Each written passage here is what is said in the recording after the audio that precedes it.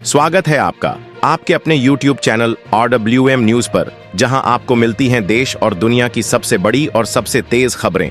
आज की top breaking news में ऑपरेशन सिंदूर के बाद पीएम मोदी का सख्त संदेश, आतंकियों पर सीधी कार्रवाई का ऐलान। वहीं एयर इंडिया ने सुरक्षा के चलते बड़ी कार्रवाई, 8 शहरों की फ्लाइट्स आज के लिए रद्द। साथ ही विराट कोहली का बड़ा फैसला, टेस्ट क्रिकेट को कहा अलविदा, 14 साल के सुनहरे सफर का अंत। इन सभी खबरों की सटीक जानकारी आपको मिलेगी आज के जबरदस्त न्यूज बुलेटिन में, तो चैनल को सब्सक्राइब कर लीजिए।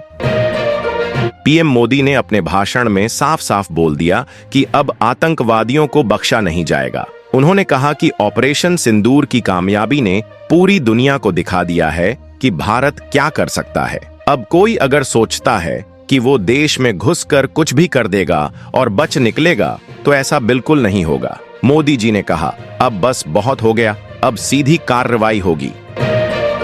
गोवा में ऊर्जा मंत्री मनोहर लाल ने बिजली से जुड़े कामों की एक मीटिंग की। उन्होंने गोवा सरकार की तारीफ भी की। बोले कि यहाँ हर घर को 24 घंटे बिजली मिल रही है, ये वाकई काबिले तारीफ है। साथ ही उन्होंने ये भी बताया कि गोवा ने हर घर में पानी पहुंचाने के लिए 652 करोड़ का एक प्रपोजल भेजा है, और हाँ, उन्होंने कहा कि इस पर सीरियसली सोचेंगे। एयर इंडिया ने कुछ फ्लाइट्स कैंसिल कर दी हैं। जम्मू, लेह, जोधपुर, अमृतसर, भुज, जामनगर, चंडीगढ़ और राजकोट वाली फ्लाइट्स हैं ये। वजह वही, सेफ्टी। माहौल थोड़ा टेंशन वाला है तो एहतियातन रद्द कर दी गई। एयर इंडिया ने सोशल मीडिया पर पोस्ट करके बताया है कि वो सिचुएशन पर नजर रख रहे हैं और जैसे ही कुछ अपडेट होगा पैसेंजर्स को तुरंत बता देंगे।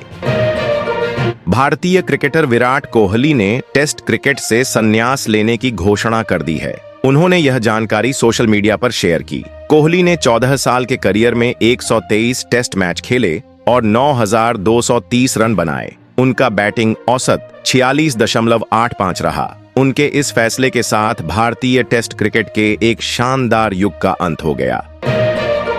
अमृतसर के मजीठा इलाके में बहुत दुखद हादसा हो गया। वहां जहरीली शराब पीने से 14 लोगों की जान चली गई और कई लोग अभी भी अस्पताल में हैं। हालत बहुत गंभीर है उनकी। डिप्टी कमिश्नर साक्षी सोनी खुद उन गांवों में पहुंची थीं जहां ये सब हुआ। अब जांच चल रही है और प्रशासन कोशिश कर रहा है कि जितने लोग प्रभावित हुए हैं उन्हें टाइम पर मेडिकल मदद मिल सके।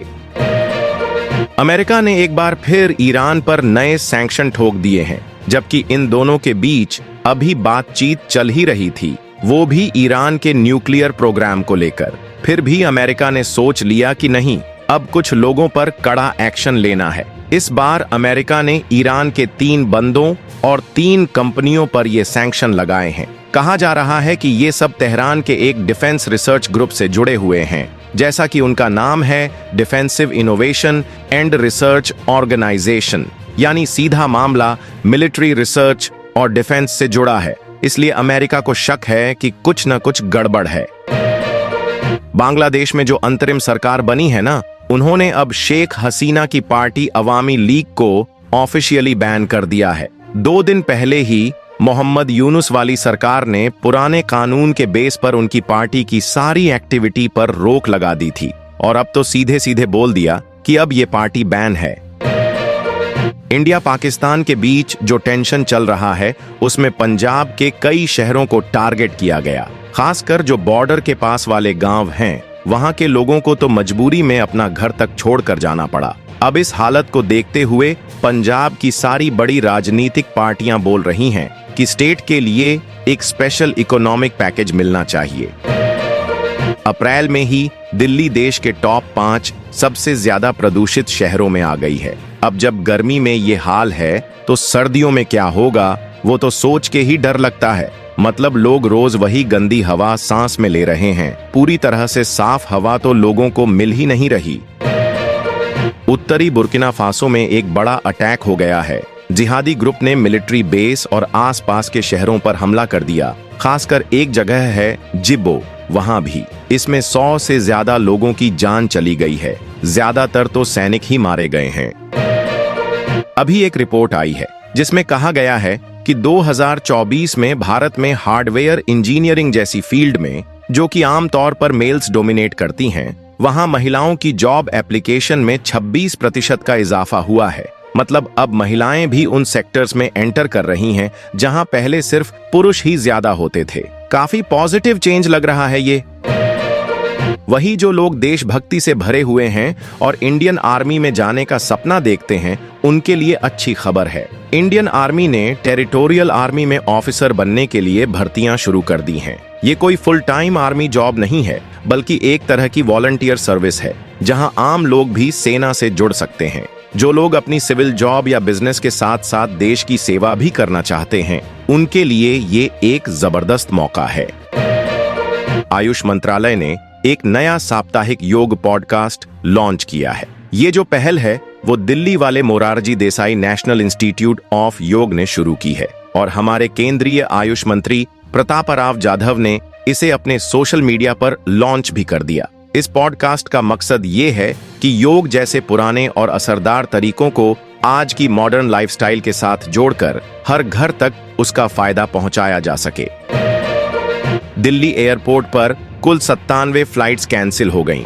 इनमें से एक तो इंटरनेशनल डिपार्चर थी। 44 फ्लाइट्स जो इंडिया आनी थीं वो कैंसिल हो गईं और 52 जो यहां से उड़ने वाली थीं वो भी नहीं उड़ पाईं। अब ऐसे में पैसेंजर्स को यही कहा गया है कि अपनी अपनी एयरलाइन से एक बार जरूर कंफर्म कर लें कि आपकी फ्लाइट टाइम पर है या नहीं। साथ ही अगर कुछ चेंज हो गया है तो वैकल्पिक इंतजाम भी पता कर लें।